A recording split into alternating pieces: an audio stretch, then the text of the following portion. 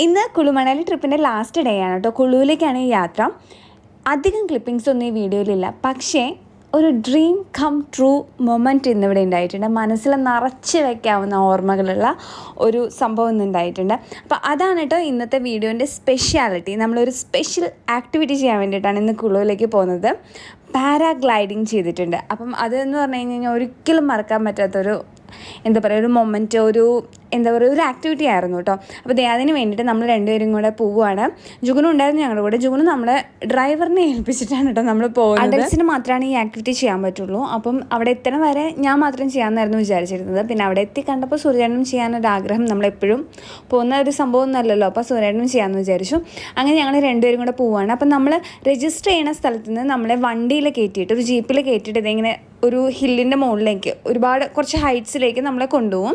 അങ്ങനെ കൊണ്ടുപോകുന്നതാണ് നേരത്തെ കണ്ടത്. എന്നിട്ട് അവിടെ നിന്ന് നമ്മളിത് ഈ കൊക്കയിലേക്ക് ഇങ്ങനെ ഓടണം. അങ്ങനെ ഓടിയിട്ടാണ് പാരാഗ്ലൈഡിങ് ചെയ്യുക. എൻ്റെ ഒരു എക്സ്പീരിയൻസ് പറയുകയാണെങ്കിൽ എനിക്ക് ഒരുപാട് നാളത്തെ ഒരു ആഗ്രഹമായിരുന്നു ഈ പാരാഗ്ലൈഡിങ്, അതുപോലെ സ്കൈ ഡൈവിങ്, അങ്ങനത്തെ സംഭവങ്ങളൊക്കെ ചെയ്യണമെന്ന്. അപ്പം ഈ പാരാഗ്ലൈഡിങ്ങിൻ്റെ ഒരു എക്സ്പീരിയൻസ് പറയുകയാണെങ്കിൽ നമ്മളിങ്ങനെ ഈ കൊക്കയിലൊക്കെ ഇങ്ങനെ ഓടുകയാണല്ലോ. അതായത് ഒന്നുമില്ലാത്തൊരു സ്ഥലത്തേക്കാണ് നമ്മൾ ഓടുന്നത്. അപ്പം ആ ഒരു ഓടാനൊരു ചെറിയ പേടി ഉണ്ടായിരുന്നു.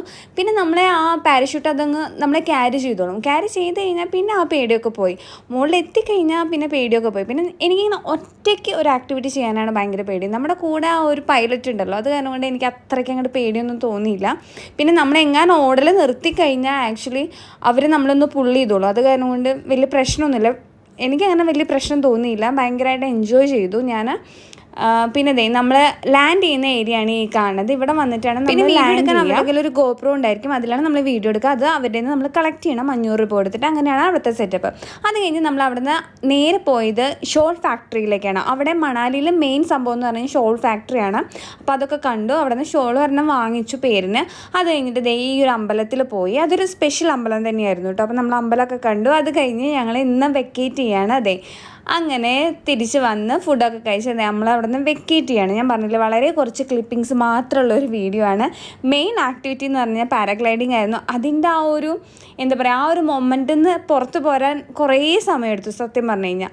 അപ്പോൾ നമ്മൾ നല്ല ഹാപ്പി ആയിട്ട് തിരിച്ച് പോന്നുകൊണ്ടിരിക്കുകയാണ് കേട്ടോ. ഇത്രയും കാര്യങ്ങൾ വിചാരിച്ച കാര്യങ്ങളെല്ലാം ചെയ്ത് കഴിഞ്ഞ് തിരിച്ച് പോന്നുകൊണ്ടിരിക്കുകയാണ്. അപ്പോൾ അത്രയേ ഉള്ളൂ. Signing off, Swathi Savitri.